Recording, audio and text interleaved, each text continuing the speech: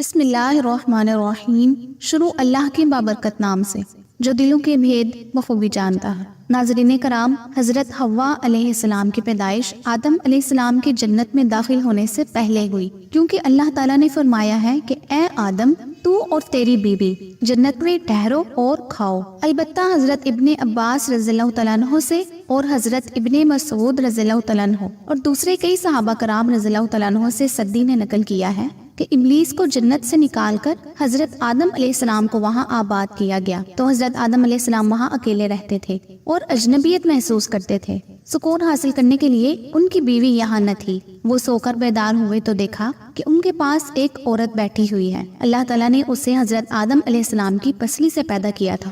آدم علیہ السلام نے پوچھا، تو کون ہے؟ اس نے کہا، میں عورت ہوں۔ پوچھا، تجھے کس لیے پیدا کیا گیا؟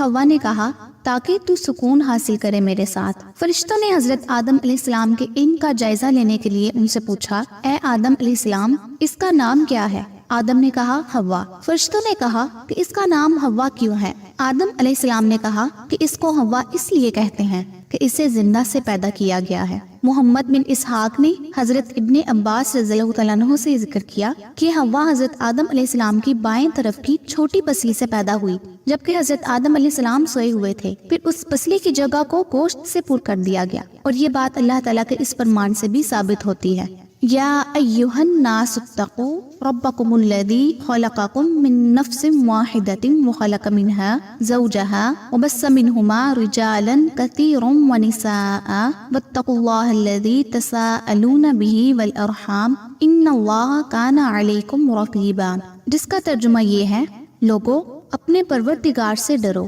جس نے تم کو ایک شخص سے پیدا کیا، یعنی اول اس سے اس کا جوڑا بنایا، پھر ان دونوں سے کثرت سے مرد و عورت پیدا کر کے روئے زمین پر پھیلا دیے، اور خدا سے جس کے نام کو اپنی حاجت برآری کا ذریعہ بناتے ہو ڈرو۔